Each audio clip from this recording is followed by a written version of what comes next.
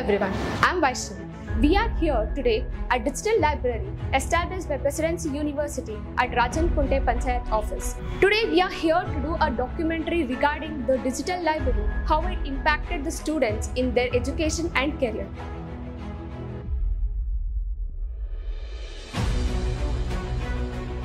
Let us hear from the person himself who is looking after the library.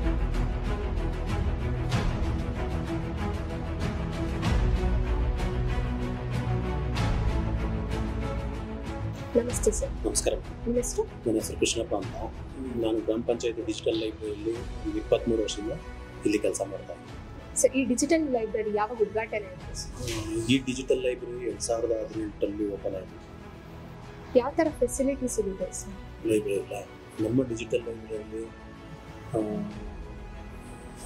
13 systems ಇದೆ. ಆಮೇಲೆ wifi net ಎಲ್ಲ free ಇದೆ. 15,200 books ಇದೆ. ಆಮೇಲೆ ಕಾಂಪಿಟೇಟಿವ್ ಎಕ್ಸಾಮ್ ಒಂದು 4,500 ಇದೆ.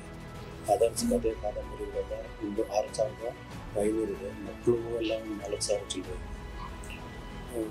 ಇಷ್ಟು ಇದೆ madam. Hello. What's your name? Pratik. What are you studying? For NEET exam, I'm now 12th standard. You're studying 12? Yes. And you're preparing for NEET exam? Yes. Okay, what kind of facilities do you find in this digital library? I got more competitive books here about NEET exams and Wi-Fi facilities there and many more. ಇಲ್ಲಿ ಯಾವ ಥರ facilities ನಿಮಗೆ ಅನುಕೂಲ ಆಗಿದೆ? ಎಲ್ಲ ರೀತಿ 24 hours 24/7 library facility ಇದೆ. ಮತ್ತು ಉಚಿತವಾಗಿ ಪಂಚಾಯತಿ ಕಡೆಯಿಂದ ಊಟ ಫೆಸಿಲಿಟಿನೂ ಇದೆ. ಬೆಳಿಗ್ಗೆ ಮಧ್ಯಾಹ್ನ ಸಂಜೆ ಹೊತ್ತು ಸಹ ಪ್ರೊವೈಡ್ ಮಾಡ್ತಾರೆ. ಮತ್ತು ಕೆಲವು ಮಕ್ಕಳಿಗೆ ಔಟ್ ಆಫ್ ಡಿಸ್ಟಿಕ್ಕಿಂದ ಬಂದಿರ್ತಾರೆ, ಅವರು ಸಹ ಇಲ್ಲೇ ಓದ್ಬಿಟ್ಟು ಇಲ್ಲೇ ಮಾಡ್ಕೊಂಡು ಬಾಯ್ಸು ಅವರು ಓದ್ಕೊಳ್ತಾರೆ. ಮತ್ತು ಕೆಲವ್ರಿಗೆ ಆರ್ಥಿಕ ಸಮಸ್ಯೆ ಇರೋವಂಥವ್ರಿಗೆ ತುಂಬ ಅನುಕೂಲ ಇದೆ. ಮತ್ತು ನಮ್ಮ ಈ ಪಂಚಾಯತಿ ಸಿಬ್ಬಂದಿ ವರ್ಗದವರು ಸಹ ತುಂಬ ಚೆನ್ನಾಗಿ ಅನುಕೂಲ ಮಾಡ್ತಾರೆ. ನಿಮ್ಮ ಹೆಸರು? ಲಾವಣ್ಯ. ಏನು ಓದ್ತಾಯಿದ್ದೀರಾ? ನನ್ನ ಹೆಸರು ಪ್ರಿಪ್ರೇಷನ್ ಅಂತ. ಆಮೇಲೆ ದಿನ ಬರ್ತೀರಾ? ಡೈಲಿ ಎಷ್ಟೊತ್ತಿಗೆ ಬರ್ತೀರಾ? Morning 9:30, evening 7:30, 8ವರೆಗೂ. 8ವರೆಗೂ ಇರ್ತೀರಾ? ಸೊ ನೈಟೆಲ್ಲ ನಿಮಗೆ ಎಷ್ಟು ಸೇಫ್ ಅನ್ಸುತ್ತೆ ಡಿಜಿಟಲ್? ಸೇಫ್ ಇದೆ. ಯಾಕಂದರೆ ಏನು ಅಷ್ಟೊಂದು ಪ್ರಾಬ್ಲಮ್ ಏನಾಗಲ್ಲ. ಹುಡುಗಿರು ತುಂಬ ಜನ ಇರ್ತಾರಲ್ವಾ, ಸೇಫ್ ಇದೆ. ಎಷ್ಟು ಸ್ಟೂಡೆಂಟ್ಸ್ ಇಲ್ಲಿ ಬರ್ತಾರೆ ಸರ್ ರೆಗ್ಯುಲರ್ ಆಗಿ? ರೆಗ್ಯುಲರ್ ಆಗಿ ಒಂದು 60ರಿಂದ 70 ಜನ ಬರ್ತಾರೆ. ಯಾಕಂದರೆ ಇಲ್ಲಿ ಸುತ್ತಮುತ್ತ ಇಲ್ಲಿ ಡಿಜಿಟಲ್ ಈ ಥರ ವ್ಯವಸ್ಥೆ ಇಲ್ಲ. ಹಂಗಾಗಿ ಒಂದು 60ರಿಂದ 70 ಜನ ಇಲ್ಲಿಗೆ ಬರ್ತಾರೆ. ಎಷ್ಟೊತ್ತು ಓಪನ್ ಇರುತ್ತೆ ಸರ್? 24/7 ಓಪನ್ನೇ ಇರುತ್ತೆ. ಕ್ಲೋಸ್ ಏನಿಲ್ಲ. ನೈಟ್ ಎಲ್ಲ ಯಾವ ಥರ ಫೆಸಿಲಿಟೀಸ್ ಇದೆ?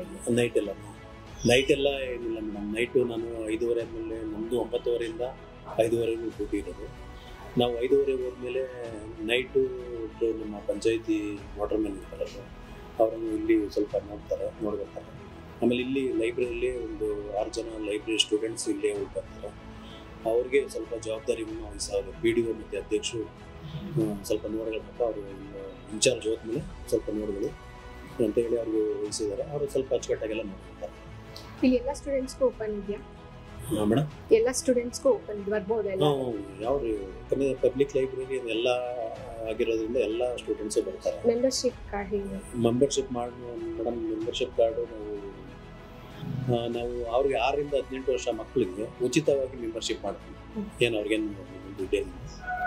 18 ವರ್ಷ ಮೇಲ್ಪಟ್ಟವ್ರಿಗೆ 1 ಬುಕ್ಗೆ 50 ರೂಪಾಯಿ, 2 ಬುಕ್ಕಿಗೆ 75 ರೂಪಾಯಿ, 3 ಬುಕ್ಕಿಗೆ 100 ರೂಪಾಯಿ. ಈ ಥರ ಮೆಂಬರ್ಶಿಪ್ ಕಾರ್ಡು ನಾವು ಕೊಡ್ತೀವಿ. ಅವರು 1 ಬುಕ್ ತೊಗೊಂಡ್ರೆ 50 ರೂಪಾಯಿ ಕೊಟ್ಟು ಮೆಂಬರ್ಶಿಪ್ ಮಾಡಿರ್ತಾರೆ. ಅವ್ರ ಫೋಟೋ ಆಧಾರ್ ಕಾರ್ಡ್ ಇಸ್ಕೊಂಡು ನಾವು ಮೆಂಬರ್ಶಿಪ್ ಮಾಡ್ಕೊಡ್ತೀವಿ. ಇಲ್ಲಿ ಯಾವ ಥರ ಎಕ್ಸಾಮ್ಸ್ಗೆಲ್ಲ ಸ್ಟೂಡೆಂಟ್ಸ್ ಬಂದು ಪ್ರಿಪೇರ್ ಆಗ್ತಾರೆ ಮೇಡಮ್? ಇಲ್ಲಿ ಎಲ್ಲ ಪೊಲೀಸ್ ಅಂದರೆ PC, ಆಮೇಲೆ PSI, UPSC, PDO ಮತ್ತು ಇದು ಯಾವುದ್ಯಾವುದು ಕಾಂಪಿಟೇಟಿವ್ ಎಕ್ಸಾಮ್ಸ್ ಇದೆ ಎಕ್ಸಾಮ್ಸ್ಗಳಿಗೆಲ್ಲ ಪ್ರಿಪೇರ್ ಆಗೋಕ್ಕೆ ಇಲ್ಲಿ ಬರ್ತವೆ. ಇಲ್ಲಿ ಕ್ಯಾಂಟೀನ್ಸ್ ಆ ಥರ ಎಲ್ಲ? ಕ್ಯಾಂಟೀನ್ ಅಂತಂದರೆ ಅದು ಕೊರೋನಾ ಟೈಮಿಂದ ಅದು ಕ್ಯಾಂಟೀನ್ ಇತ್ತು, ಫ್ರೀ ಕ್ಯಾಂಟೀನ್ ಅಂತ. ಅದು ಕಂಟಿನ್ಯೂ ಆಗ್ತಾ ಬರ್ತಾ ಇದ್ದಿದ್ದು. ಅದರಿಂದ ಇಲ್ಲಿ ಸ್ಟೂಡೆಂಟ್ಸ್ಗೂ ಅನುಕೂಲ ಆಗುತ್ತೆ. ಇಲ್ಲಿರೋ ಹುಡುಗರಿಗೆಲ್ಲ ಉಚಿತ ಬೆಳಗ್ಗೆ ಟಿಫನ್ನು ಮತ್ತು ಮಧ್ಯಾಹ್ನ ಊಟ ಎಲ್ಲ ಉಚಿತವಾಗಿ ಅಲ್ಲಿ ಹೋಗಿ ಕೊಡ್ತಾರೆ. ನಿಮ್ಮ ಡೈಲಿ ರೂಟೀನ್ ಸರಿ? ಬೆಳಗ್ಗೆ ನಾನು 9:00ವರೆಗೆ ಬರ್ತೀನಿ. ನ್ಯೂಸ್ ಪೇಪರ್ ತಂದು ಫಸ್ಟ್ ನ್ಯೂಸ್ ಪೇಪರ್ ರಿಜಿಸ್ಟ್ರಲ್ಲಿ ಎಂಟ್ರಿ ಮಾಡಬೇಕು. ನ್ಯೂಸ್ ಪೇಪರ್ ಎಂಟ್ರಿ, ಆಮೇಲೆ ಮ್ಯಾಗ್ಝಿನ್ ರಿಜಿಸ್ಟ್ರಲ್ಲಿ ಎಂಟ್ರಿ ಮಾಡಿ, ಆಮೇಲೆ ಅದಕ್ಕೆ ಟ್ಯಾಗ್ ಮಾಡಿ ಪೇಪರ್ಗೆ ಆಮೇಲೆ ಸೀಲ್ ಹಾಕಿ ನಾವು ಇಟ್ಬಿಟ್ಟು ಮತ್ತೆ ನಾವು ಸ್ವಚ್ಛತೆ ಮಾಡಬೇಕು, ಲೈಬ್ರರಿ ಸ್ವಚ್ಛವಾಗಿ ಇಟ್ಕೊಳ್ಬೇಕು. ಎಷ್ಟು ಬುಕ್ಸ್ ಇದೆ ಸರ್ ಟೋಟಲ್? ಮೇಡಮ್ 15,200 ಇದೆ. ಅದ್ರಲ್ಲಿ ಕಾಂಪಿಟೇಟಿವ್ ಎಕ್ಸಾಮ್ ಬುಕ್ಸ್ಗಳೇ 4,500 ಇದೆ. ಆಮೇಲೆ 6,500 ಕತೆ ಕಾದಂಬರಿಗಳಿವೆ. ಮಕ್ಕಳು ಬುಕ್ಸ್ಗಳೇ 4,500 ಇದೆ.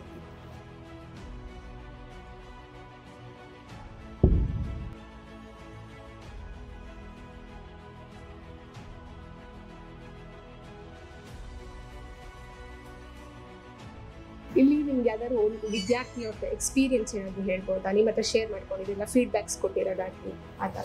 ಮೇಡಮ್ ಏನಾಗಿದೆ ಗೊತ್ತಾ, ಈಗ ನಮ್ಮಲ್ಲಿ 10 ಜನ ಇಲ್ಲಿ ಓದಿ ಕೆಲ್ಸಕ್ಕೆ ಹೋಗಿರೋಂಥವ್ರು ಅವರೇ. ಅವರು ಇಂಟರ್ವ್ಯೂ ತಗೊಂಡು ಬಂದರೆ ಅವ್ರಿಗೆ ಜಾಬಲ್ಲಿ ಇದ್ದಾರೆ, ಬರೋಕ್ಕಾಗ್ತಿಲ್ಲ, ರಜಾ ಕೊಟ್ಟಿಲ್ಲ ಅಂತ ಹೇಳ್ತಾರೆ. ಒಂದಿಬ್ಬರು B S police sub inspector ಆಗಿದ್ದಾರೆ, ಒಂದಿಬ್ಬರು ಪೊಲೀಸ್ ಆಗಿದ್ದಾರೆ.